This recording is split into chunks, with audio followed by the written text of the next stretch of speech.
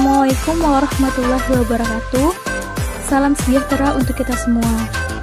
Pada video ini kami dari kelompok 4 yang beranggotakan Raihan Putra Yudhistira, Kurnia Lestari, Arum Sylvia Anggraini, Iqbar Oktaviandri, Yolanda Tresia Sinaga, dan juga Betrianda. Di sini kami akan menjelaskan materi dari buku yang berjudul Project Management for Engineer and Construction. Dari buku tersebut, kami menjelaskan dua bab, yaitu bab 8 penjadwalan proyek dan juga bab 9 pelacakan kerja. Baiklah, langsung saja untuk penjelasan pertama akan disampaikan oleh rekan saya, Yolanda Tresia Sinaga. Kepada Yola, silakan. Selamat pagi semuanya, perkenalkan saya Yolanda Tresia Sinaga. Saya salah satu anggota kelompok 4 mata kuliah manajemen proyek, yang dimana pada kesempatan kali ini, kelompok kami mendapat bagian untuk membahas materi dari buku Project Management for Engineer and Construction, yang dimana pada bagian buku tersebut kami membahas bab 8 dan bab 9. Nah, pada bagian saya sendiri, saya akan menjelaskan bab 8 dari subbab pertama sampai dengan subbab kelima. Nah, jadi pada bab 8 ini, kita akan membahas materi tentang penjadwalan suatu proyek. Teman-teman juga bisa melihat materinya pada slide yang telah kami sediakan dan kami bagikan kepada teman-teman agar teman-teman juga bisa membaca sembari saya memaparkan materi ini. Baiklah, kita mulai. Pada penjadwalan proyek, yang pertama kali yang harus kita lakukan yaitu perencanaan suatu proyek. Nah, pada slide yang telah kami sediakan juga, di situ telah diterangkan, menurut buku Project Management for Engineer and Construction ini, perencanaan proyek adalah suatu proses mengidentifikasi setiap kegiatan yang diperlukan untuk dapat menyukseskan suatu kegiatan pelaksanaan proyek dari awal sampai dengan akhir. Jadi, dapat kita definisikan secara sederhana bahwa perencanaan proyek itu adalah suatu hal yang harus dilakukan sebelum kita melakukan penyusunan terhadap penjadwalan proyek. Lanjut, kemudian penjadwalan suatu proyek. Penjadwalan suatu proyek adalah proses penentuan urutan bagian. Nah, proses urutan bagian ini dapat berupa durasi, tanggal kita untuk memulai proyek tersebut, dan tanggal target kapan kita akan menyelesaikan dari proyek tersebut. Jadi teman-teman, dalam pelaksanaan suatu proyek itu, ternyata dari materi yang saya dapatkan ini dan saya pelajari ini, kita tidak bisa menjalankan suatu proyek dengan tidak menetapkan kapan proyek tersebut akan berakhir atau akan selesai. Ternyata kita sebagai orang yang ingin membuat suatu proyek harus mengetahui tanggal dari awal kita ingin melakukan suatu proyek ataupun tanggal kapan kita fix menjalankan proyek tersebut dan tanggal kapan proyek tersebut akan benar-benar selesai. Itu harus diketahui dalam keinginan kita dalam merancang suatu proyek. Kemudian selanjutnya, dalam suatu proses perencanaan dan penjadwalan proyek ini, diharapkan hasilnya itu berupa proyek selesai pada tepat waktu. Itu pastinya. Tidak ada suatu company ataupun owner yang menginginkan jika ia membangun suatu usaha, usahanya tersebut tidak selesai tidak tepat waktu, itu tidak ada. Kemudian yang diharapkan dalam perencanaan dan penjadwalan proyek ini adalah berkelanjutan tanpa gangguan, berkelanjutan dengan aliran kerjanya lancar dan tidak ada penundaan-penundaan yang dapat mengganggu jadwal proyek yang telah ditetapkan tadi. Kemudian mengurangi jumlah pengerjaan ulang ataupun dapat dibilang setidaknya jumlah dari perubahan. Benar sekali. Nah, kenapa dibilang mengurangi jumlah pengerjaan ulang? Karena diharapkan dalam suatu pembangunan proyek atau pelaksanaan proyek, hal-hal yang seperti pengulangan itu kan dapat bisa merugikan kita sebagai pemilik proyek. Maka dari itu diharapkan dengan dilakukannya perencanaan dan penyusunan jadwal dengan baik, maka dapat mengurangi jumlah pengerjaan ulang. Kemudian meminimalkan kebingungan dan kesalahpahaman.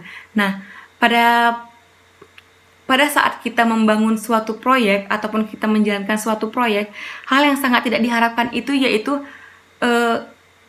miskomunikasi ataupun ketidakmengertian kita terhadap jalannya suatu proyek. Maka dari itu, dengan dilakukannya perencanaan proyek dengan baik dan terarah, kemudian penjadwalan proyek yang terstruktur dengan baik, maka itu akan meminimalkan kebingungan ataupun kesalahpahaman kita dalam menjalankan suatu proyek. Kemudian peningkatan pengetahuan tentang status proyek oleh semua orang. Nah, ini juga terpenting, teman-teman.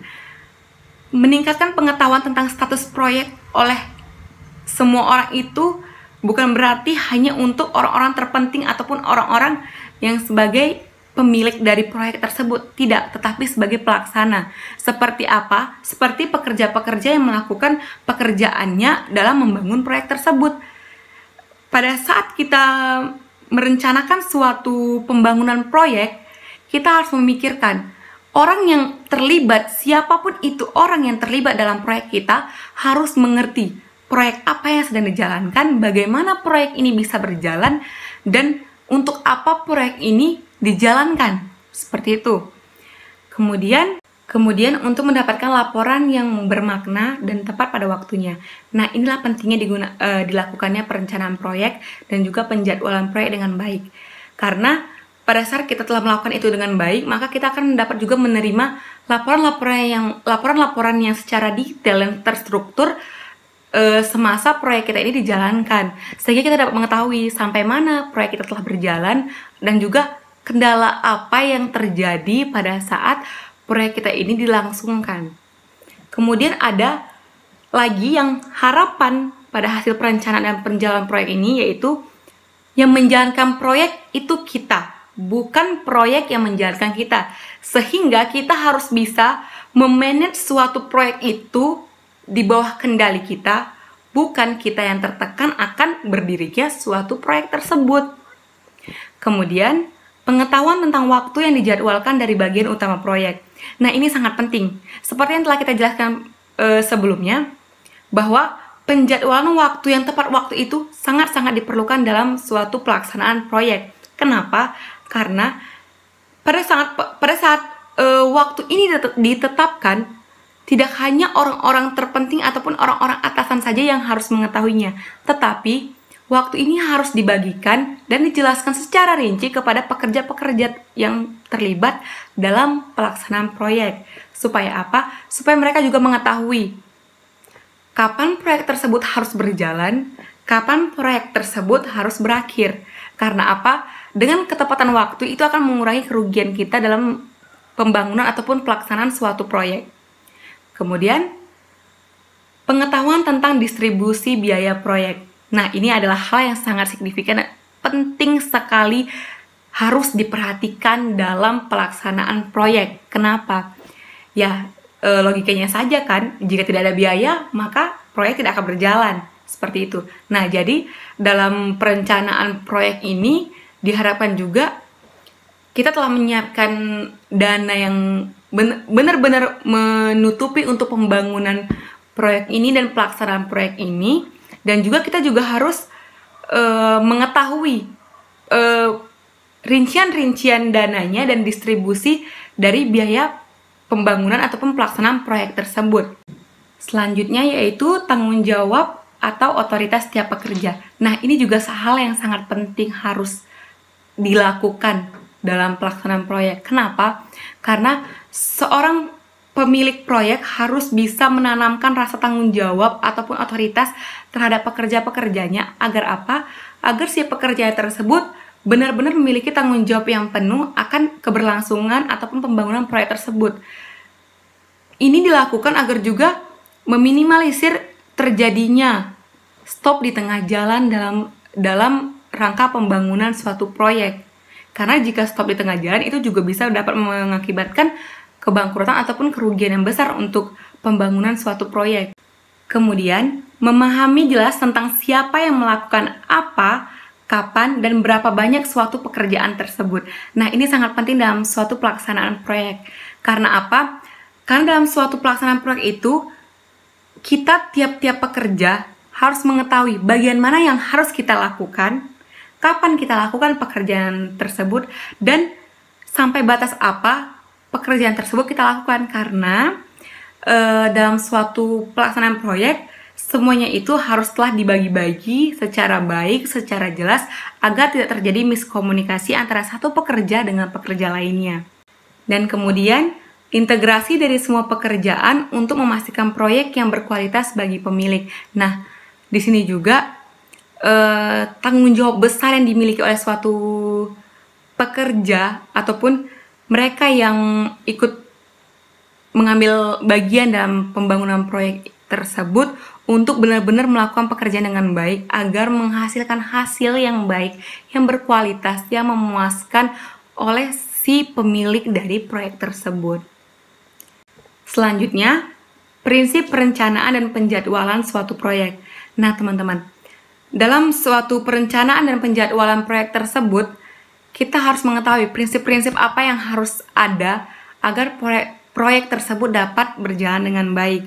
Nah, seperti yang tertera pada slide, prinsip yang pertama yaitu mulai merencanakan sebelum mulai bekerja.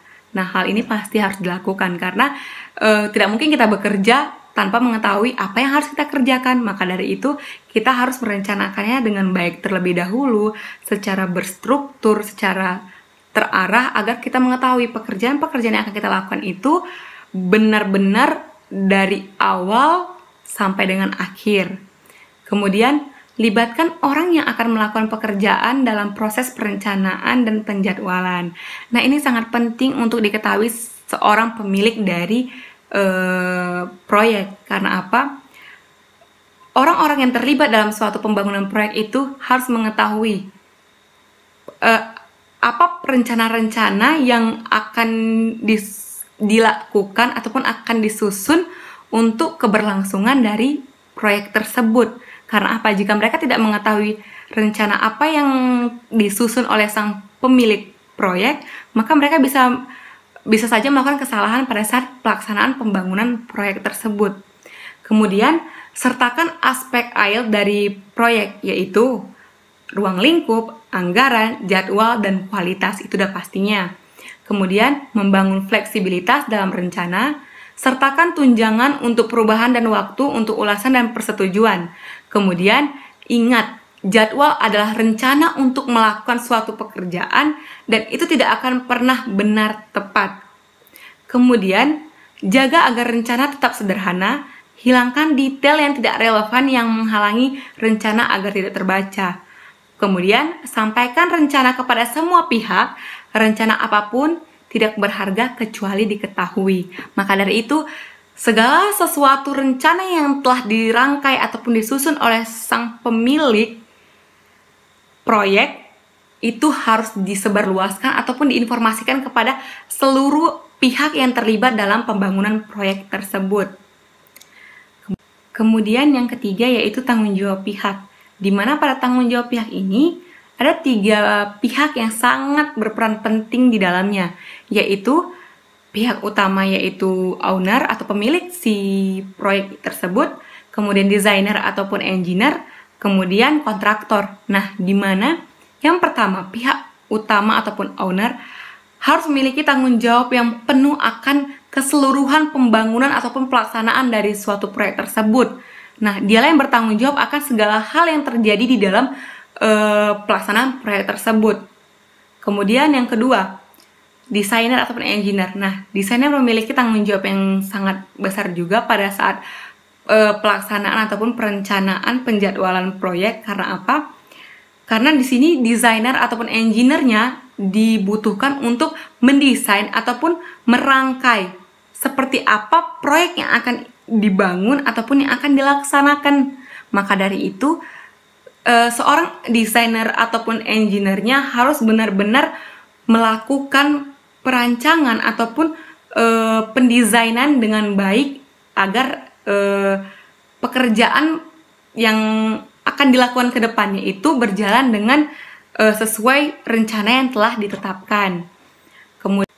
Kemudian kontraktor, di mana kontraktor ini menjadi suatu bagian penting yang sangat berperan pada saat pembangunan proyek ini akan dilaksanakan. Karena apa? Yang bertanggung jawab di seluruh lapangan itu akan mencakup tanggung jawab dari seorang kontraktor. Maka dari itu, kontraktor memiliki juga tanggung jawab yang sangat besar untuk keberhasilan dari pembangunan suatu proyek.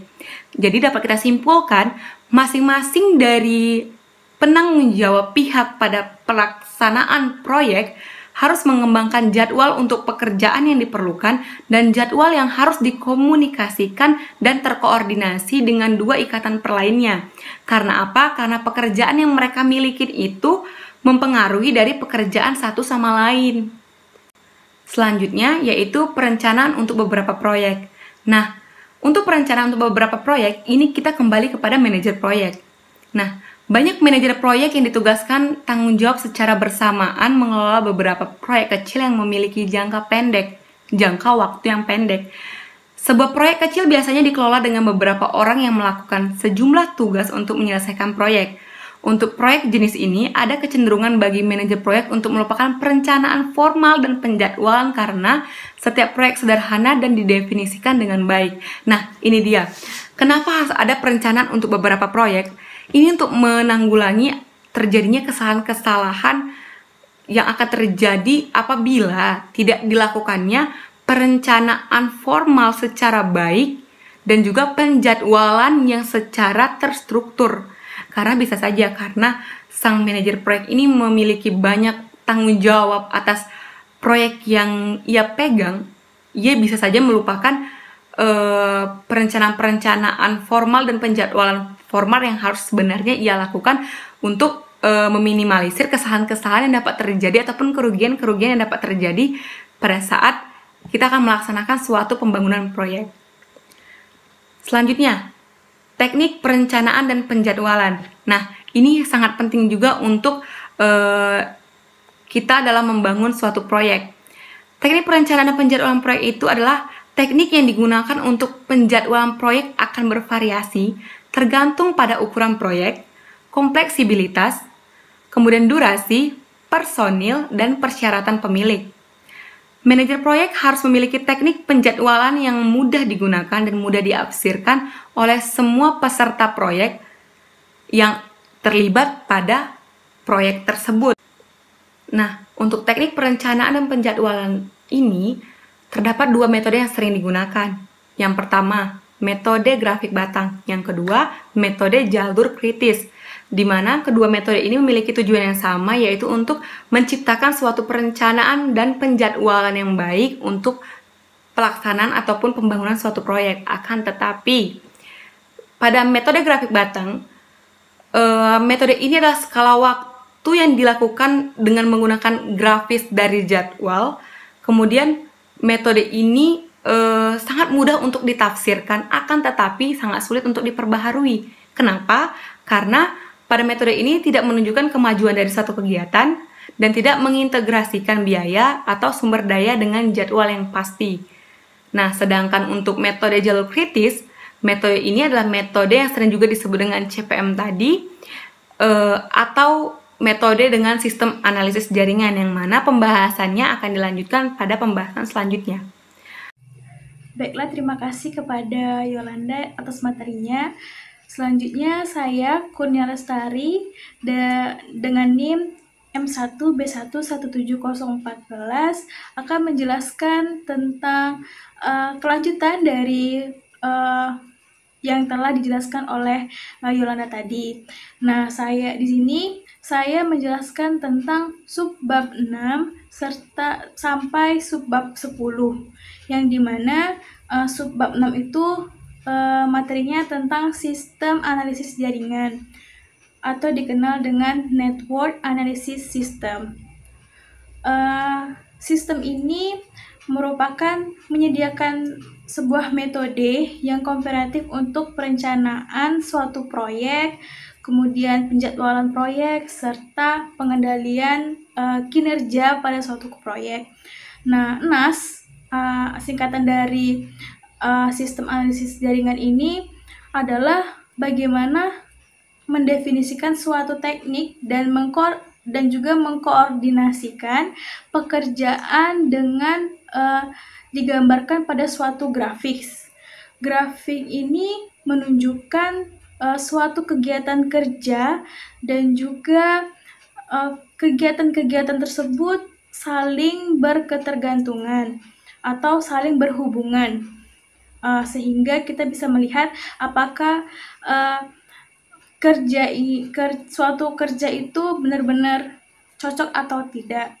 Kemudian jaringan atau network itu sendiri merupakan suatu diagram untuk mewakili bagaimana hubungan antar kegiatan untuk menyelesaikan suatu proyek. Jaringan ini terbagi menjadi dua jenis. Yang pertama itu adalah jaringan diagram panah. Yang kedua itu jaringan diagram prioritas. Bisa dilihat di slide yang kami berikan jika bagaimana gambaran suatu contoh dari dari jenis-jenis jaringan. Dari sumber-sumber yang kita ketahui, NAS ini memiliki beberapa jenis. Contohnya dalam manajemen proyek, biasanya kebanyakan atau umumnya banyak menggunakan metode CPM. Nah, metode CPM ini sering digunakan karena konsepnya sederhana, kemudian perhitungannya hanya memerlukan aritmatika dasar. Dari CPM tersebut terdapat beberapa kode yang bisa didefinisikan. Yang pertama adalah D. D itu merupakan durasi. Nah, durasi ini adalah perkiraan waktu yang diperlukan untuk melakukan suatu kegiatan dalam manajemen proyek. Nah, waktu ini harus mencakup semua sumber daya yang ditetapkan untuk aktivitas. Yang kedua yaitu adalah IS. IS itu maksudnya awal start. Nah, jadi itu merupakan waktu paling awal aktivitas dapat dimulai. Nah, kemudian yang ketiga adalah EF. EF itu early finish.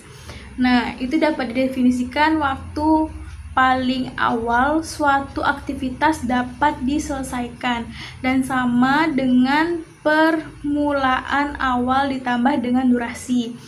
Dapat dirumuskan bahwa IF sama dengan ES ditambah dengan D. ES tadi adalah permulaan awal dan juga ditambah dengan durasi.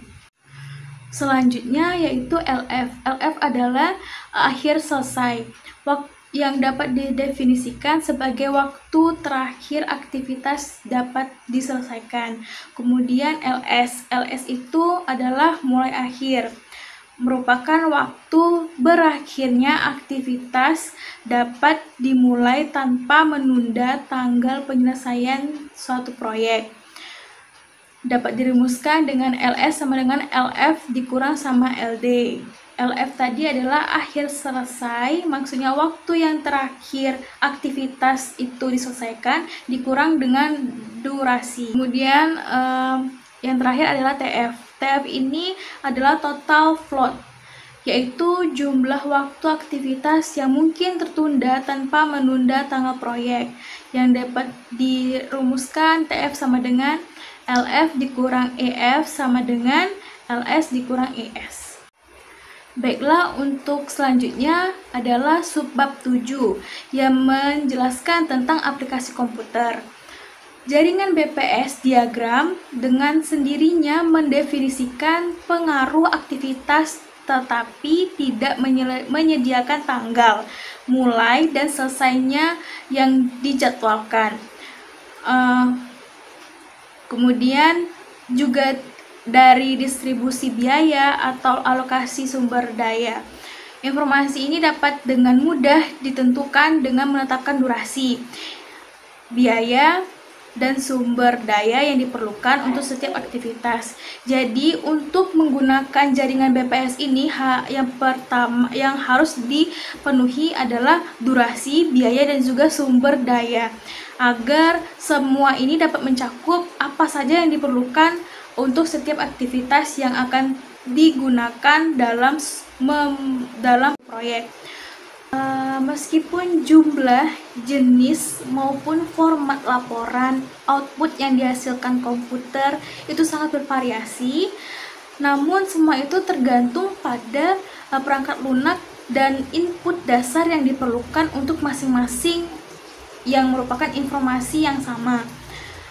Informasi yang diperlukan untuk menginput suatu data itu terdiri dari nomor aktivasi, deskripsi, durasi, biaya, dan sumber daya seperti sumber daya itu maksudnya seperti jam kerja, sequencing atau antar hubungan kegiatan.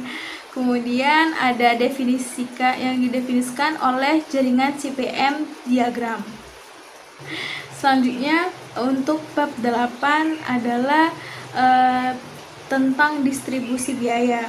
Baiklah, distribusi biaya ini berhubungan dengan adanya waktu yang harus diketahui untuk masing-masing orang maupun usia proyek.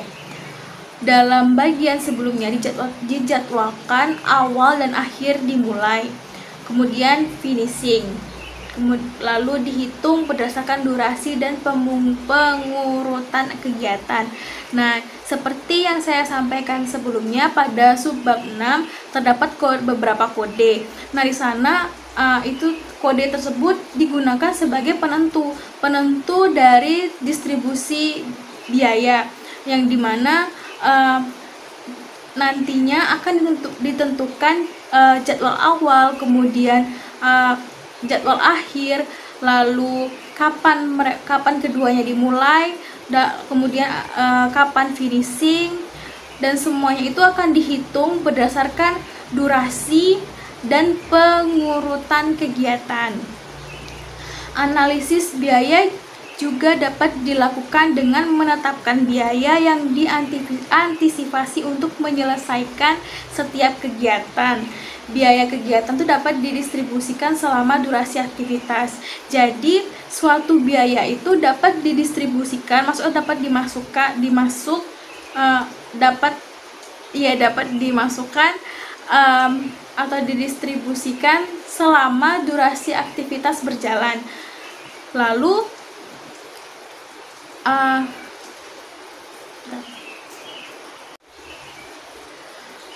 namun daripada itu, kegiatan dapat dilakukan selama rentang waktu durasi dari awal sampai akhir, mulai dan berakhir di awal sampai akhir selesai, karena aktivitas dapat terjadi selama rentang waktu tertentu.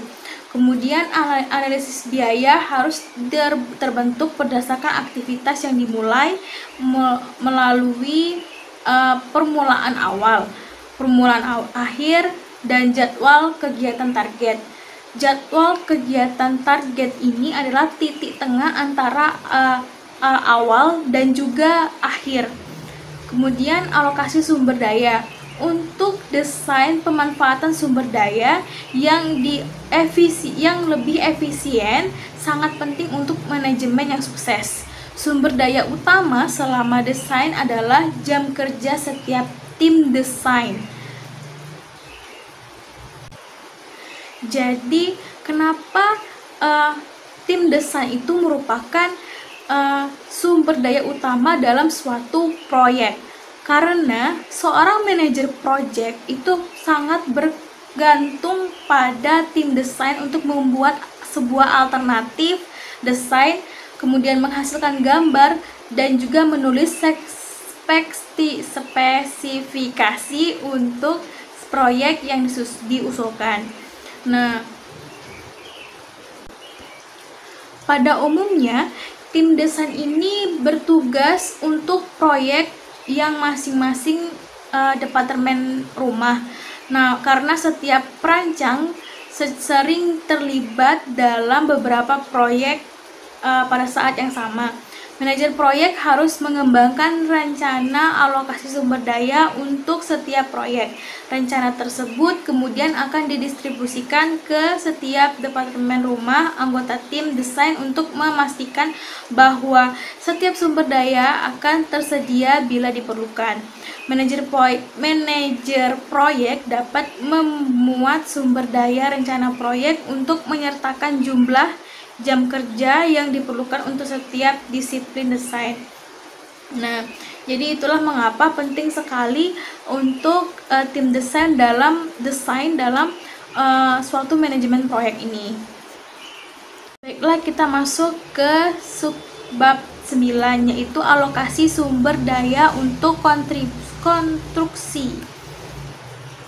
Perkenalkan, nama saya Arum Sylvia Anggraini, NIM M1B117022. Saya akan melanjutkan materi presentasi. Saya akan menjelaskan tentang hubungan predesesor suksesor. Diagram CPM adalah representasi grafis yang menunjukkan urutan kegiatan dalam proyek.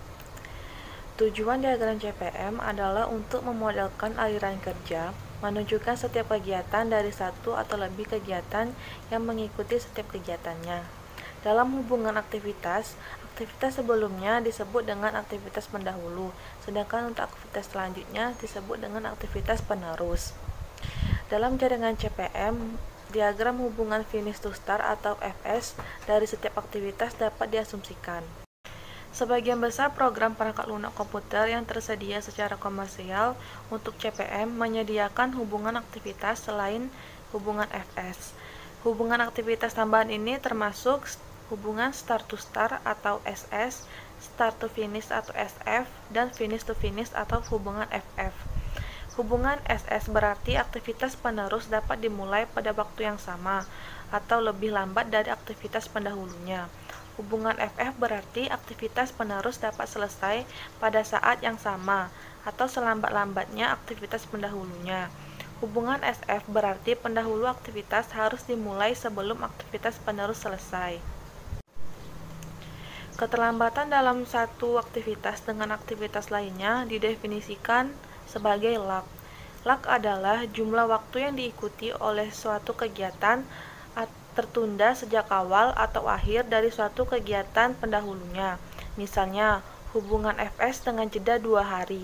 Aktivitas penerus tidak dapat terjadi sampai 2 hari setelah selesainya aktivitas pendahulu.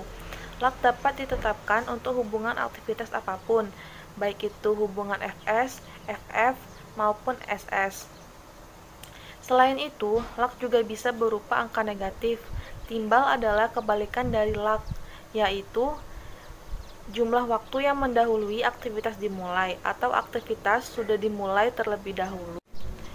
Materi selanjutnya yang akan saya jelaskan yaitu adalah tentang masalah menggunakan suksesor atau predesesor.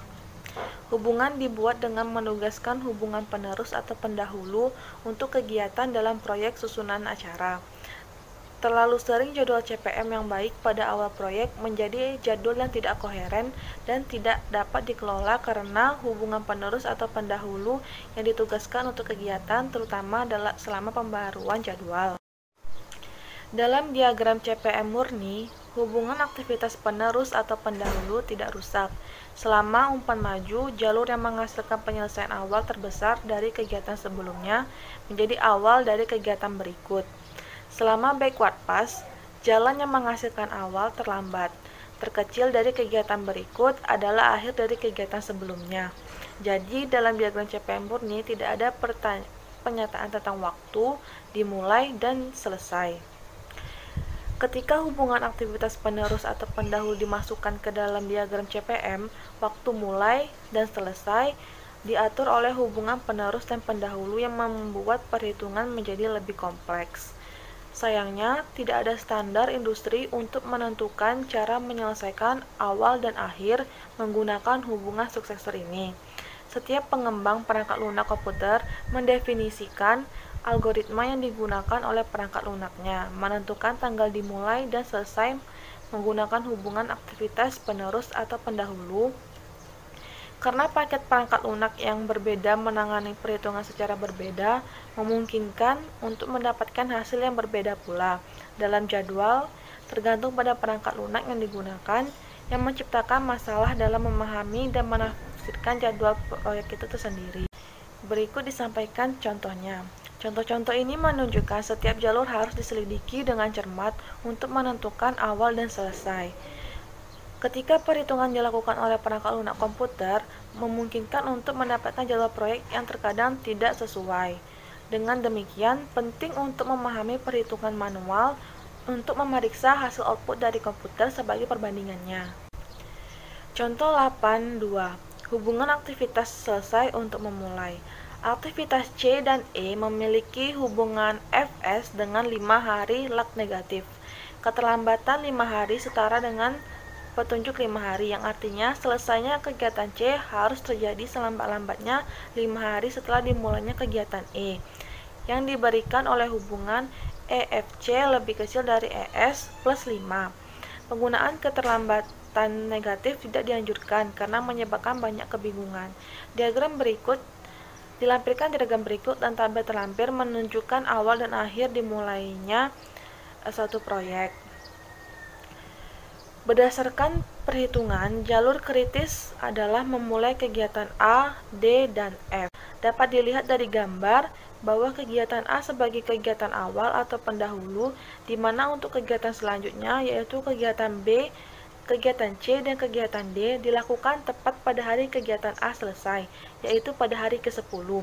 Namun, kegiatan B dan C mengalami keterlambatan, yaitu kegiatan B terlambat selama 2 hari dan kegiatan C selama 5 hari, sehingga kegiatan selesai lebih lama dari seharusnya. Dan untuk kegiatan E yang merupakan lanjutan dari kegiatan B, yang seharusnya dimulai pada hari ke-18, mengalami keterlambatan selama 2 hari, sehingga dimulai pada hari ke-20. Jadi dapat disimpulkan bahwa keterlambatan jadwal pada awal proyek dapat mempengaruhi jadwal proyek selanjutnya dan dapat menyebabkan proyek selesai tidak sesuai dengan jadwal yang telah direncanakan.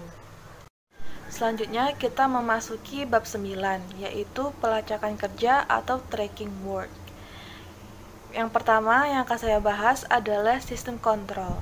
Manajemen proyek yang efektif membutuhkan perencanaan, pengukuran, evaluasi, perkiraan, dan mengendalikan semua aspek proyek, yaitu kualitas dan kuantitas pekerjaan, biaya, dan jadwal. Rencana proyek yang mencakup semua harus ditentukan sebelum dimulainya proyek. Pelacakan proyek tidak dapat diselesaikan tanpa adanya rencana kerja, anggaran, dan jadwal yang jelas. Rencana proyek harus dikembangkan dengan masukan dari orang-orang yang akan bekerja, dan itu harus dikomunikasikan kepada semua peserta. Tugas, biaya, dan jadwal rencana proyek menetapkan tolak ukur untuk membandingkan aktual dengan yang direncanakan. Jadi, kemajuan suatu proyek dapat diukur, dievaluasi, dan dikendalikan. Pada akhir setiap periode pelaporan, atau disebut dengan variabel N, suatu proyek diharapkan telah mencapai sejumlah hasil pekerjaan atau X dengan tingkat kualitas Q dengan perkiraan biaya C. Objektif kontrol proyek adalah untuk mengukur nilai aktual dari variabel-variabel ini dan menentukan apakah proyek ini memenuhi target rencana kerja dan membuat aturan untuk memenuhi tujuan proyek. Sistem kontrol harus dikembangkan sehingga informasi dapat dikumpulkan, diverifikasi, dievaluasi, serta rutin dan diberikan kepada semua peserta dalam suatu proyek. Metode jalur kritis atau CPM digunakan untuk mengembangkan jadwal proyek secara keseluruhan dari WBS dengan mengintegrasikan dan mengurutkan pekerjaan sesuai dengan paket pekerjaan. Sistem pengkodean dirancang untuk mengidentifikasi setiap komponen WBS sehingga informasi dari WBS dapat dikaitkan dengan sistem kontrol proyek. Konsep umum pengendalian proyek ini dipresentasikan oleh Departemen Energi untuk proyek-proyek federal dan energi. Sejak saat itu, beberapa modifikasi telah disarankan untuk menyederhanakan proses mentransfer informasi dari WBS ke CPM, menghubungkan WBS dan OBS ke sistem pengkodean, dan pengukuran pekerjaan tercapai. Materi selanjutnya yaitu adalah menghubungkan antara WBS dan CPM. Paket kerja WBS menyediakan informasi yang diperlukan untuk mengembangkan sebuah diagram jaringan logika CPM. Proses pengembangan diagram CPM membutuhkan penilaian yang baik dengan keterlibatan luas dari para peserta utama proyek. Meskipun tingkat detail harus dijaga agar tetap minimum, semua kegiatan yang dapat mempengaruhi tanggal penyelesaian proyek harus dimasukkan di dalam diagram. Sebuah diagram CPM untuk penjadwalan dan pengendalian proyek dapat diklasifikasikan sebagai salah satu dari 3 jenis berikut, yaitu desain, konstruksi atau teknik, pengadaan, konstruksi atau EPC. Untuk masing-masing WBS mendefinisikan kerangka kerja proyek untuk perencanaan, penjadwalan, dan kontrol pekerjaan. Tingkat detail diagram CPM tergantung pada kelengkapan dari adanya data WBS. Produk desain adalah gambar dan spesifikasi produksi. Diagram batang sering lebih disukai untuk menjadwalkan akses individu. Diagram logika CPM telah berhasil digunakan untuk penjadwalan dan kontrol konstruksi selama bertahun-tahun. WBS yang terperinci dapat dikembangkan sebagai upaya kerjasama dari penaksiran, kontrol proyek, dan manajemen operasi lapangan. Perkiraan tersebut harus disiapkan sehingga biaya, durasi, dan sumber daya dapat ditetapkan untuk paket kerja di WBS. Paket kerja kemudian menjadi kegiatan pada diagram CPM. Strategi kontrak konstruksi adalah untuk menetapkan suatu kontrak pada kontraktor, konstruksi berat untuk membangun semua utilitas di lokasi dan aktivitas kerja di lokasi. 2 kontraktor bangunan akan digunakan, satu untuk gedung kantor dan yang lainnya untuk bangunan pemeliharaan industri. Kegiatan konstruksi terbatas pada jadwal EPC, tetapi akan diperluas menjadi lebih rinci oleh setiap kontraktor konstruksi sebagai bagian dari persyaratan kontraknya. Materi selanjutnya adalah sistem coding yang dilakukan untuk pelaporan proyek. Sistem pengkodean dapat dikembangkan dengan mengidentifikasi setiap komponen proyek untuk memungkinkan penyortiran informasi dan menghasilkan berbagai laporan pemantauan dan kontrol proyek. Nomor kode dapat ditetapkan untuk setiap item pekerjaan yang mengidentifikasi berbagai informasi seperti fase proyek, jenis pekerjaan, dan orang yang bertanggung jawab. Sistem coding ini dapat kita lihat dari tabel yang telah disediakan, yaitu contoh ilustrasi dari sistem pengkodean 4 digit sederhana. Di dalam tabel tersebut, dapat kita lihat terdiri dari 4 bagian. Digit pertama, yaitu berupa dari fase proyek. Digit kedua, yaitu fasilitas. Digit ketiga, yaitu disiplin. Dan digit keempat adalah anggota tim. Baik, perkenalkan, nama saya Raihan Putra Yusira dengan NIM M1B1170008, mahasiswa Prodi Teknik Kimia Universitas Jambi. Saya akan menjelaskan tentang jadwal kontrol untuk waktu dan biaya dan juga beberapa materi lainnya yang ada dalam PPT. Untuk itu, marilah langsung menuju ke materi. Untuk materi pertama dengan subbab jadwal kontrol untuk waktu dan biaya. Waktu dan biaya yang diharapkan dibutuhkan untuk melakukan setiap kegiatan untuk menetapkan parameter pengendalian biaya dan waktu. Untuk mengukur kemajuan proyek, biaya dan durasi aktual dibandingkan dengan biaya kontrol durasi. Ini total biaya untuk proyek termasuk biaya langsung ditambah biaya tidak langsung, cadangan, kontingen, dan laba. Namun, hanya biaya langsung yang terkait dengan WBS yang digunakan untuk tujuan kontrol proyek dan mengelola pencapaian pekerjaan. WBS sendiri adalah work beside structure. Jadi ini adalah struktur untuk kerja, struktur pekerjaan kita. Nah, lanjut ke dalam materi. Biaya asuransi, obligasi, dan lain-lain juga dikeluarkan dari sistem kontrol proyek untuk memantau biaya dan mengelola pekerjaan, karena hal ini diperbaiki pada awal proyek dan mereka tidak tergantung pada pekerjaan yang dicapai. Kebanyakan insinyur lebih memilih diagram batang untuk menjadwalkan tugas-tugas desain individu. Namun untuk kontrol proyek, diagram batang individual harus dikembangkan menjadi kegiatan pada diagram CPM untuk jadwal proyek. Nah, contohnya bisa dilihat pada tabel. Pengadaan material yang gagal adalah sumber keterlambatan yang umum terjadi pada konstruksi. Rencana pengadaan harus dimasukkan dalam jadwal proyek untuk membantu pembelian material yang dipimpin oleh kontraktor. Karena itu, kontraktor berperan penting dalam perencanaan ini. Jadwal proyek harus mengidentifikasi dan urutan semua kegiatan yang dapat berdampak pada pengiriman peralatan khusus dan juga bahan. Nah, itu tadi pada subbab 4, yang lanjut ke subbab 5, hubungan antara waktu dan kerja. Pengukuran desain lebih rumit karena keanekaragaman pekerjaan. Sebagai contoh, semua perhitungan desain mungkin lengkap, setengah dari gambar dapat diproduksi, dan hanya seperempat dari spesifikasi dapat ditulis. Untuk situasi ini, sulit untuk menentukan berapa banyak pekerjaan yang telah diselesaikan, karena pekerjaan yang dihasilkan tidak memiliki satuan ukuran yang sama. Karena itu, persentase penyelesaian biasanya digunakan sebagai satuan ukuran pekerjaan desain. Kriteria untuk menentukan persen diselesaikan untuk mengukur pekerjaan. Hasil harus dikembangkan dan konfirmasi secara tertulis dengan anggota tim proyek sebelum memulai desain. Ini memberikan dasar umum untuk evaluasi kemajuan bulanan. Ini untuk mengefektifkan waktu dan kerja kita, supaya kerja kita tidak terhalangkan, supaya kerja kita bisa optimal dan tepat waktu.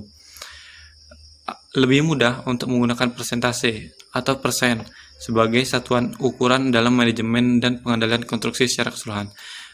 Jadi kita memakai satuan persen, jadi seberapa persen selesai desain itu. Nah, untuk subbab nomor 6 tentang biaya cost terintegrasi, manajer proyek yang berpengalaman menggunakan informasi parsial seperti hanya waktu dan biaya untuk melacak status proyek. Jadi manajer berpengalaman hanya memerlukan informasi biaya dan waktu untuk bisa mengetahui bagaimana proses proyek tersebut yang dijalani. Namun setelah penyelesaian proyek, kemungkinan akan ada pembengkakan biaya dan penundaan jadwal karena pengukuran pekerjaan tidak termasuk dalam sistem kontrol proyek. Dengan demikian, manajer proyek harus mengembangkan sistem biaya dan jadwal kerja terintegrasi untuk memberikan umpan balik yang berarti selama proyek daripada setelahnya. Status proyek kemudian dapat ditentukan dengan tindakan korektif diambil ketika koreksi dapat dilakukan dengan biaya sekecil mungkin. Jadi kita perlu melakukan integrasi atau pengecekan berkala terhadap proyek tersebut. Bisa sebulan sekali, bisa 6 bulan sekali. Nah, hal itu dilakukan karena untuk mencegah miskomunikasi antara pekerja lapangan dan pekerja desain. Untuk subbab nomor 7, metode persen matriks. Teknik yang sangat sederhana untuk menentukan status keseluruhan proyek adalah metode persen matriks. Ini dapat digunakan untuk proyek ukuran apapun dan hanya membutuhkan sejumlah kecil informasi yang tersedia dalam paket pekerjaan. Status keseluruhan dapat diukur sebagai matriks lengkap persen berdasarkan anggaran untuk setiap paket pekerjaan dalam suatu proyek. Anggaran dapat diukur sebagai salah satu dari 3 variabel, yaitu biaya, jam kerja, dan kuantitas fisik pekerjaan. Metode ini hanya untuk metode biaya yang digunakan dapat mudah diterapkan pada jam kerja dan juga jumlah fisik pekerjaan. Nah, untuk metode persen matriks hanya membutuhkan 2 variabel input untuk setiap paket pekerjaan, yaitu taksiran biaya dan persen selesai. Lanjut ke subbab nomor 8, pengukuran kemajuan desain. Persentase penyelesaian dari suatu aktivitas biasanya dapat ditentukan oleh salah satu dari 4 sistem, yaitu unit yang diselesaikan, metode incremental milestone, persentase start finish, dan rasio. Metode unit selesai mungkin cocok untuk menulis spesifikasi, asalkan masing-masing bagian dari spesifikasi dapat dianggap sebagai upaya kerja yang sama. Pengukuran pekerjaan dapat ditentukan sebagai persentase yang dihitung dengan membagi jumlah spesifikasi yang dilengkapi dengan jumlah total spesifikasi yang akan diproduksi. Metode incremental Millenoise sesuai untuk pengukuran gambar produksi atau kegiatan pengadaan yang terdiri dari tonggak yang mudah dikenali.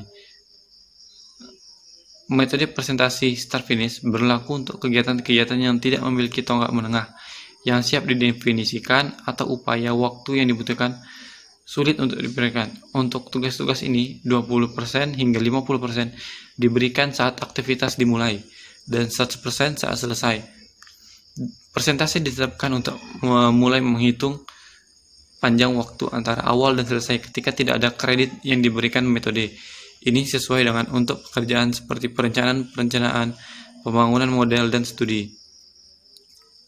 Nah, metode rasio berlaku untuk tugas-tugas seperti manajemen proyek atau kontrol proyek yang terlibat selama durasi proyek. Tugas-tugas tersebut tidak memiliki produk akhir tertentu dan diperkirakan dan dianggarkan berdasarkan alokasi massal, bukan pada beberapa ukuran produksi. Itu juga dapat digunakan pada tugas-tugas yang sesuai. Untuk metode start finish, persen selesai pada titik waktu manapun ditentukan dengan membagi jam dan juga biaya yang dihabiskan hingga saat ini dengan estimasi jam saat ini atau biaya pada saat penyelesaian. Sebagai rumusnya, persentase selesai dapat ditentukan sebagai metode berikut. Persen selesai sama dengan jumlah jam kerja yang dihasilkan dari tugas dibagi dengan jumlah jam kerja yang dianggarkan dari tugas. Itu adalah persen selesai. Sedangkan untuk CPI atau indeks kinerja biaya, cost project index, dan juga indeks kinerja jadwal SPI, schedule index, rumusnya CPI jumlah jam kerja yang diterima dibagi dengan jumlah jam kerja aktual yang dimaksudkan. Sedangkan SPI adalah jumlah jam kerja yang diperoleh sampai saat ini dibagi dengan jumlah jam kerja terjadwal hingga saat ini. Itu dia penjelasan dari saya. Terima kasih. Lanjut kepada pemateri selanjutnya. Baik, perkenalkan, nama saya Betrianda, NIM M1B1174042, Prodi Teknik Kimia Angkatan 2017. Di sini saya akan melanjutkan materi dari Rehan Putra Yustira. Selanjutnya yaitu pengukuran kerja konstruksi. Sebab proyek konstruksi membutuhkan penyelesaian banyak tugas, dimulai dari pembersihan awal dan pekerjaan lapangan melalui punch list akhir dan pembersihan. Sepanjang durasi proyek harus ada pelaporan sistematis tentang kemajuan pekerjaan untuk setiap bagian dari proyek. Metode untuk mengukur kemajuan selama konstruksi berlaku untuk tugas yang berulang dan membutuhkan upaya yang seragam. Secara umum, tugas adalah tingkat kontrol terendah, sehingga hanya satu unit pekerjaan yang diperlukan untuk mendefinisikan pekerjaan. Sistem nilai yang didapat memberikan metode untuk mengevaluasi kinerja proyek. Yang pertama yaitu jam kerja atau dolar yang dianggarkan sampai saat ini mewakili apa yang direncanakan untuk dilakukan. Didefinisikan sebagai biaya yang dianggarkan untuk pekerjaan terjadwal. Yang kedua yaitu jam kerja atau dolar yang diperoleh sampai saat ini mewakili apa yang telah dilakukan, didefinisikan sebagai biaya yang dianggarkan untuk performa kerja. Yang ketiga yaitu jam kerja atau dolar aktual saat ini mewakili apa yang telah dibayarkan, didefinisikan sebagai biaya kerja yang sebenarnya. Selanjutnya yaitu pengukuran dan pengendalian proyek. Tujuan dari rencana proyek adalah untuk berhasil mengendalikan suatu proyek penyelesaian dalam batasan anggaran dan jadwal, yang memplot biaya atau jam kerja terhadap waktu, memberikan ukuran kinerja awal, elemen proyek, tenaga kerja, material, dan peralatan biasanya dievaluasi dalam satuan dolar umum. Jadwal kinerja menunjukkan tingkat di mana elemen-elemen proyek ini terjadi sebagai biaya yang dianggarkan. Pengukuran kinerja didasarkan pada konsep nilai yang dapat dan analisis kurva S-konsep. Konsep nilai perolehan memberikan ukuran kuantitatif dari nilai anggaran terjadwal pekerjaan dibandingkan dengan nilai anggaran aktual dari pekerjaan yang telah dicapai. Mengukur kemajuan suatu proyek mendukung manajemen dalam menetapkan rencana nyata untuk pelaksanaan suatu proyek dan memberikan manajer proyek dan klien dengan analisis yang konsisten tentang kinerja proyek yang akan dilakukan. Pengukuran kemajuan juga menyediakan sistem peringatan dini untuk mengidentifikasi penyimpangan dari rencana proyek dan pertumbuhan ruang lingkup, di mana rencana proyek yang telah direncanakan. Untuk mengontrol pekerja teknik, daftar gambar, daftar spesifikasi, daftar pelatan, daftar instrumen, dan kemajuan dari kurva dan histogram jam kerja digunakan untuk menentukan status proyek dan untuk perencanaan lanjutan. Manajer proyek dapat menggunakan kurva kemajuan dan histogram kerja per jam untuk berbagai tingkat struktur mogok kerja. Selanjutnya yaitu sistem earned value. Sistem nilai yang diperoleh digunakan untuk memantau kemajuan pekerjaan dan membandingkan pekerjaan yang dicapai dengan pekerjaan yang direncanakan. BCWS adalah jumlah uang yang direncanakan atau dianggarkan pada setiap periode waktu dalam proyek tertentu. Ini ditentukan oleh pemuatan biaya diagram CPM untuk menentukan distribusi biaya sesuai dengan rencana proyek. S-curve atau kurva untuk proyek mewakili BCWS. ACWP adalah jumlah uang aktual yang telah dihabiskan pada titik waktu selama proyek. Ini ditentukan dari catatan akuntansi atau pihak yang bertanggung jawab yang menyimpan catatan pengeluaran aktual selama proyek berlangsung. BCWP adalah jumlah uang yang diperoleh berdasarkan pekerjaan yang telah diselesaikan. Ini ditentukan dengan mengalihkan persen yang diselesaikan dengan jumlah yang dianggarkan untuk pekerjaan tertentu pada suatu proyek yang telah dilaksanakan. Rasio digunakan dalam sistem nilai yang diperoleh untuk memprediksi biaya untuk menyelesaikan suatu proyek. CPI digunakan untuk memprediksi besarnya kemungkinan overrun biaya atau underrun. Ini menyelesaikan anggaran berdasarkan kinerja masa lalu.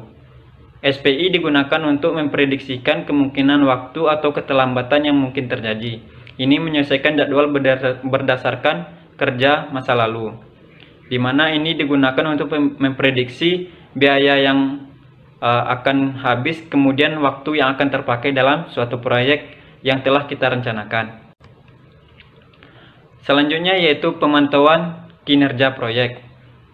CPI dan SPI memberikan pengukuran kuantitas kemajuan suatu proyek. Nilai CPI atau SPI yang lebih besar dari 1,0 menunjukkan kinerja proyek yang baik. Sedangkan nilai CPI atau SPI yang kurang dari 1,0 menunjukkan kinerja proyek yang buruk. Di mana dari hasil perhitungan nantinya, sebagai contoh, apabila kita mendapatkan nilai CPI atau dan nilai SPI yang lebih besar dari 0, maka kinerja dari proyek tersebut baik. Kemudian, apabila dalam menghitung nilai SPI dan CPI kita mendapatkan nilai yang kurang dari 1,0, maka proyek itu menunjukkan kinerja yang buruk. Selanjutnya itu proyek bersifat dinamis karena peristiwa yang dapat mempengaruhi biaya dan jadwal. Oleh karena itu diharapkan bahwa indeks kinerja ini akan menyimpang dari titik awal 0 ini seiring kemajuan proyek dari minggu ke minggu. Manajer proyek tidak boleh bereaksi berlebihan terhadap sedikit perubahan dalam CPI dan SPI. Sebagai contoh, 2 minggu pertama proyek menunjukkan perubahan kecil dalam indeks kinerja yang mungkin diharapkan selama kemajuan awal proyek. Nah, jadi sewaktu-waktu nilai CPI dan SPI ini akan bisa berubah karena nilai CPI dan SPI ini dipengaruhi oleh kinerja proyek dari pekerja yang kita suruh untuk bekerja. Jadi sewaktu-waktu nilai CPI dan SPI itu akan bisa turun dan bisa akan naik sesuai dengan apa yang kita lakukan di dalam proyek tersebut. Selanjutnya yaitu meskipun penyimpang kecil diharapkan, penyimpangan besar dari suatu periode laporan ke yang berikutnya harus mengingatkan manajer proyek untuk menyelidiki alasan untuk perubahan signifikan dalam kinerja proyek. Misalnya, laporan antara minggu 7 dan minggu ke-8 menunjukkan perubahan dramatis menuju kinerja proyek yang buruk. Jenis laporan ini patut mendapat perhatian manajer proyek untuk meminta anggota tim untuk mengidentifikasi apa yang telah terjadi dalam proyek dan alasan untuk perubahan dramatis dalam kinerja proyek. Nah, jadi apabila dalam suatu proyek yang telah berlangsung, contohnya sudah berlangsung selama 2 atau 3 bulan, kemudian terjadi penurunan kinerja proyek. Nah, di situ peran manajer proyek harus cepat untuk mengidentifikasi apa penyebabnya, kemudian mengarahkan anggota proyek tersebut untuk mengurangi kinerja proyek yang buruk tersebut, sehingga kinerja proyek yang diharapkan menjadi lebih baik lagi. Nah, disitulah nilai CPI dan SPI berfungsi, sehingga kita dapat mengetahui apakah proyek kita kinerjanya baik atau buruk. Selanjutnya yaitu interpretasi indikasi kinerja. Nilai SPI lebih besar dari 1,0 mengidentifikasikan proyek lebih cepat dari jadwal. Maksudnya itu apabila kita mendapatkan nilai SPI yang lebih besar dari 1,0, maka artinya kinerja proyek kita bagus, di mana waktu yang ditetapkan untuk proyek tersebut masih bersisa setelah proyek itu selesai. Proyek mungkin mengalami kemajuan lebih cepat dari yang diharapkan jika tingkat produksi asli diprediksi terlalu rendah atau kondisi kerja aktual lebih baik daripada yang diperkirakan semula. Mungkin ada lebih banyak staf di proyek daripada yang diantisipasi, yang juga akan menunjukkan pekerjaan lebih cepat dari jadwal. Nilai SPI yang kurang dari 1,0 menunjukkan proyek ini terlambat. Jadwal proyek mungkin tergelincir karena penundaan cuaca, kekurangan tenaga, atau pekerjaan yang tidak terorganisir. Nah, di sini maksudnya proyek tersebut bisa saja cepat ataupun lambat, di mana bisa dilihat dari nilai SPI. Apabila nilai SPI-nya besar dari 1,0, maka proyek tersebut dikategorikan sebagai proyek yang cepat, di mana dia telah selesai sebelum jadwal yang seharusnya. Kemudian ada nilai SPI yang kurang dari 1,0, di mana itu artinya proyek tersebut berjalan lambat. Mungkin dari proyek tersebut berjalan lambat bisa disebabkan oleh faktor-faktor alam seperti cuaca, kemudian adapun kekurangan tenaga kerja, kemudian ada pekerja yang tidak ahli dalam melakukan pekerjaannya tersebut. Assalamualaikum warahmatullahi wabarakatuh. Saya Iqbal Oktaviandri dengan NIM M1B1170027 dari Prodi Teknik Kimia. Saya ingin melanjutkan penjelasan yang telah dijelaskan oleh Betri. Analisis total float dan indeks kinerja jadwal. Total float adalah ukuran waktu kendur dalam proyek. Memahami jadwal dapat menjadi lebih rumit ketika kegiatan diberi kalender atau jadwal yang sudah kita tetapkan untuk memulai atau menyelesaikan proyek. Nah, jadi untuk memulai atau menyelesaikan tidak lebih dari waktu yang kita tetapkan itu. Karena kita sudah membuat suatu penjadwalan sebuah proyek. Penyebab berbagai biaya kostis. Sistem nilai proyek mengidentifikasi besarnya biaya dan jadwal penyimpangan dari rencana proyek asli. Namun, itu tidak mengidentifikasi penyebab masalah. Manajer proyek dan tim harus menilai setiap laporan status untuk mengidentifikasi alasan proyek tidak berjalan sesuai rencana.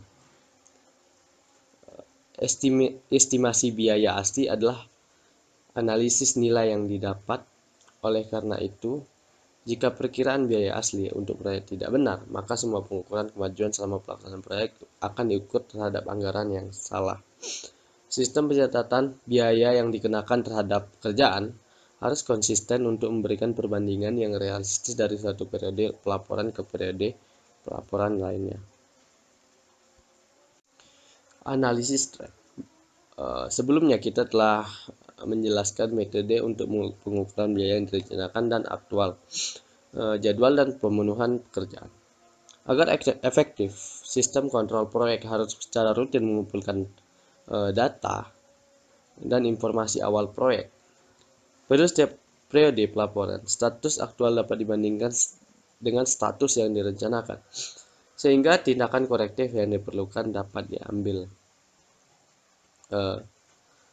Ketika informasi diakumulasikan, analisis tren dapat dilakukan untuk mengevaluasi produktivitas dan variasi dalam biaya dan jadwal.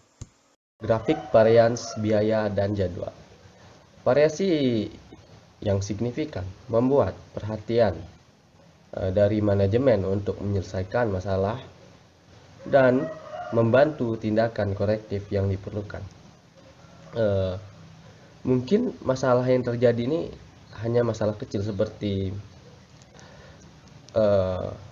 instruksi yang kurang baik, keterampilan pekerja yang rendah ataupun moralnya yang rendah, lalu pengawasan lapangan yang tidak baik, dan yang lain-lain. Karena indeks produktivitas mencakup indeks tingkat unit, mungkin masalahnya ada di estimasi awal yang buruk. Hampir setiap orang di dalam satu proyek peduli dengan biaya. Seperti bagian sebelumnya, rencana kerja adalah bagaimana distribusi biaya dalam durasi proyek yang akan dikerjakan ini. Pada periode pelaporan, biaya aktual saat ini dapat dibandingkan dengan biaya yang akan didapatkan di akhir, atau biaya yang direncanakan di akhir. Dengan rumus biaya sama dengan estimasi biaya dibagi dengan harga asli. Persamaan tadi, yaitu rasio sama dengan estimasi biaya dibagi dengan harga asli, dapat digunakan untuk menghitung periode laporan, setiap periode laporan. Dan waktu untuk menunjukkan tren biaya proyek. Rasio yang didapat dari penghitungan tadi, jika didapat angka 1,0 atau lebih tinggi, maka proyek tersebut menguntungkan. Tetapi jika didapatkan hasil di bawah 1,0 maka proyek tersebut dipastikan tidak menguntungkan. Penghitungan rasio biaya tadi juga dapat digunakan untuk menghitung tugas atau pengelompokan tugas pengelompokan, ataupun menghitung seluruh proyek. Lalu seiring berjalannya dengan proyek ini, rasio biaya ini dapat kita gunakan sebagai indikator untuk menentukan jumlah biaya penyelesaian suatu proyek, dan juga untuk varians jadwal.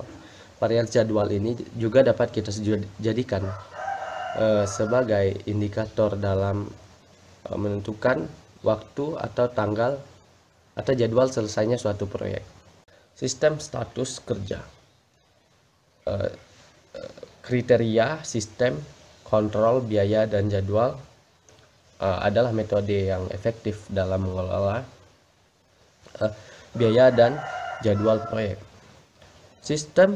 Kriteria sistem kontrol jadwal dan biaya dan jadwal ini membutuhkan definisi yang baik, struktur pekerjaan rinci, dan jadwal proyek yang baik atau sudah terperinci. Dan juga kriteria sistem kontrol biaya dan jadwal ini hanya efektif jika laporan yang disampaikan itu tepat waktu. Dan metode alternatif yang disukai oleh manajer proyek adalah teknik melacak pekerjaan desain, yang disebut metode sistem pekerjaan, yang melacak biaya dan jadwal.